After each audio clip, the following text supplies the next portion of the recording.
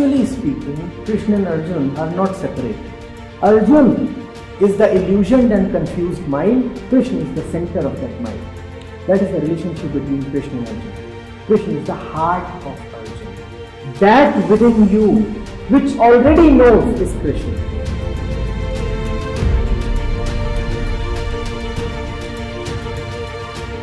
Hello, good evening, sir. Thanks a lot for giving me a chance to ask the question. It's my pleasure to be here. Myself, Shivam. I'm master's student at IIT-Ropar in physics department. Question is, in our day-to-day life, we do lots of things for our overall development. And being social animal, it becomes natural to validate ourselves by peers, by my neighbor ones. But in that situation, I won't be able to be myself 100%. Whatever I'm going to do, it should be by my own 100%.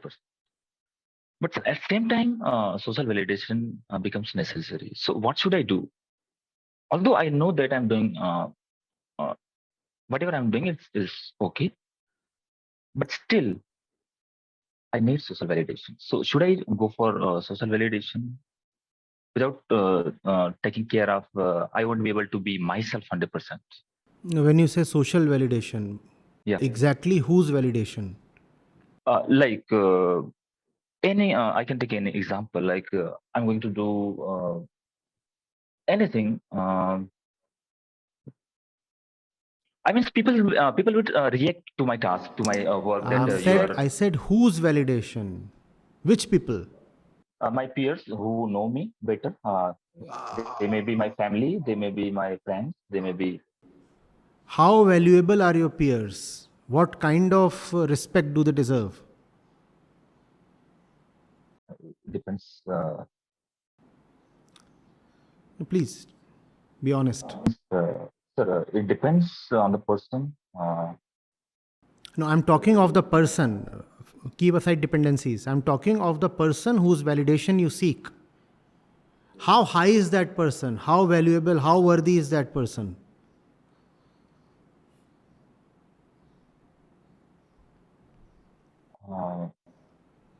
Compared to yourself, let's say. Okay.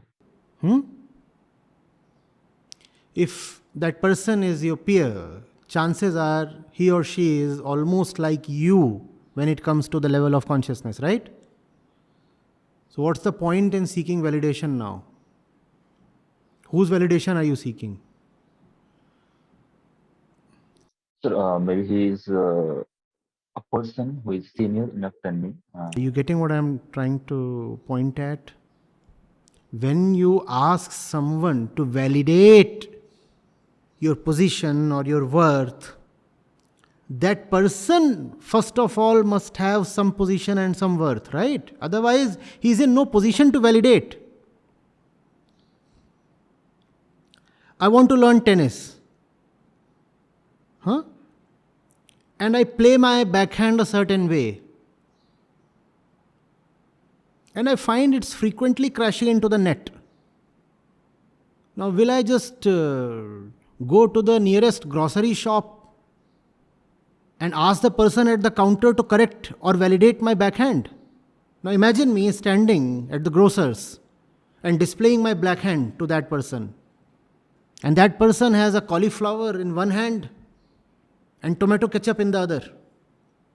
And I am displaying my backhand and asking him to validate it. Who is he to validate? Validation is not a problem. But if you want to get it validated, go to a proper coach. Where is the coach? There is no coach. The grocer and the cobbler and the auto wala and the plumber, these are teaching you topspin. That too, backhand topspin. And now you are very worried. Because they are saying, why are you having a one-handed backhand? You must have a four-handed backhand. Where are the other four hands? They will magically reveal something to you. Who knows? And you are very worried now because you are not getting the validation, because the other two hands, you are not able to produce them. If you want to ask someone who knows. Is that not obvious? You are in the second year or fourth year or 10th year, whichever year, and you pick up your peer who is just as confused as you are, and now he is passing judgments, and you are taking those judgments so seriously. What's the point? Now, then the central problem is not that you seek validation. The central problem is that you don't have high company. Get in the company of those who matter. And if you cannot get them in flesh and blood, get them in books. Ask yourself, will a Vivekanand validate what I'm just thinking or what I just said or did? Seek validation from there. Ultimately, you have to come to a point where your internal light is so strong that you are in no need of validation. But that will take time. That kind of total freedom takes time. What do you do before that? Before that, the thing you have to do is stop listening to fools.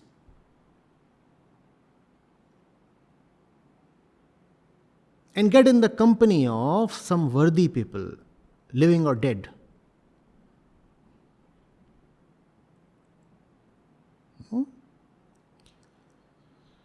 Validation, seeking validation is in itself not a problem. Because sometimes others do know better. But not all others know better than we do. Be discreet.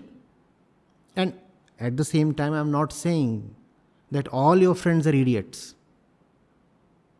But please be discreet. Maybe a couple of them can be useful when it comes to giving feedback. Listen to them respectfully.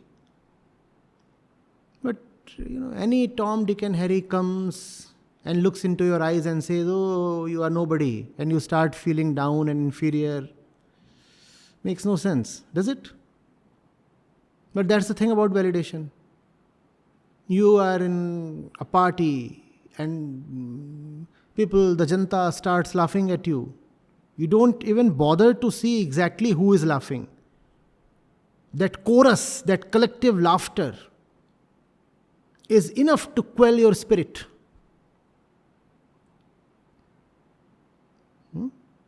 Something big, something collective, something massive is coming at you. And you lose all your discretion. You just surrender.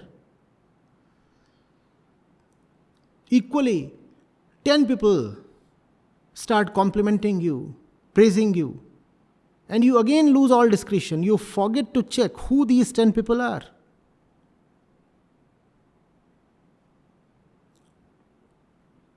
You just returned from your maths exam, and 10 donkeys are praising you for solving that tricky problem in integral calculus brilliantly. And you are already dreaming of 100% marks. How does that sound? I think I'll get 100%. Why? Because 10 donkeys praised me abundantly. Now, if you want to know how well you have done in your maths paper, go to a maths teacher. And if you want to know how well you are doing in life, go to a life teacher. Obvious. Opinions do matter.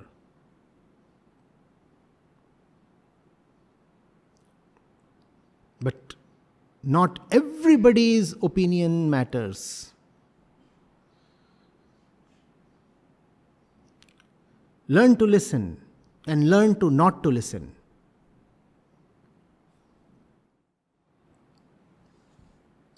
But sir, in most of the time, the people who like I was saying about validation, lots of time they are there at the moment. As I said, go to the teacher or go to the that particular thing which is suitable to validate you. But most of the time, we are not means we are in a situation where lots of these donkeys are there. We are in a situation where Usually, these donkeys are there. I mean, usually these. majority will be there, like who are validating wrongly. Arey Baba, why must you live with the majority?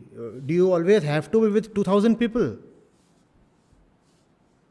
Choose your company wisely. Na? Why do you have to be with a crowd? Be with one person or 5 persons. Be selective. But you don't want to give up the company of fools because it's pleasurable. If you will live with fools, you'll have to listen to fools. You can't have just one part. If you want to have the pleasure of living with fools, you'll have to bear the suffering of listening to fools. You say, I don't want to listen to fools, but I want to live with them. You can't live with them and yet not listen to them. Not possible.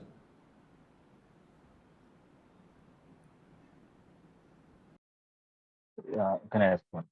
So in that situation, Aram means I'll be called introvert, maybe. By whom? Possible. By the same fools. Why are you still with them? You quit them and they call you introvert. But how did you listen when they were calling you introvert? That means you never quit them. Had you really quit, you would not have been there to listen, right? So you are planning to already defraud on what I am saying. This is too much to bear. Huh? You wanted a simple problem, simple solution to a local problem. And I'm giving you a big solution that will affect all your life.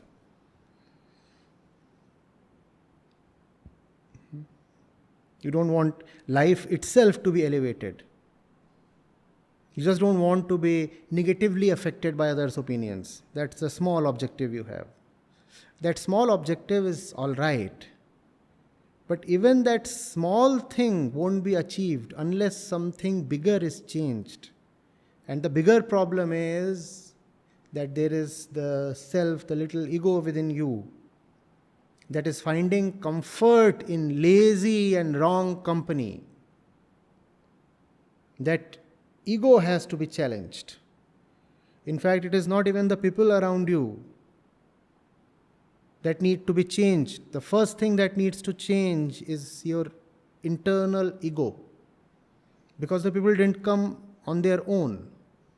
Those people were brought to you by your ego.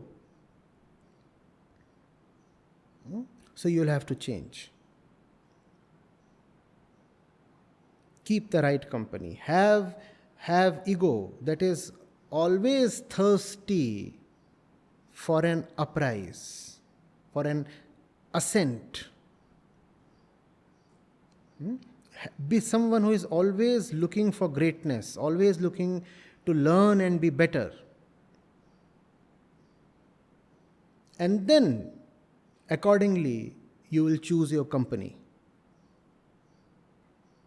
Have a deep, mad love towards greatness. And then you won't be able to afford imbeciles.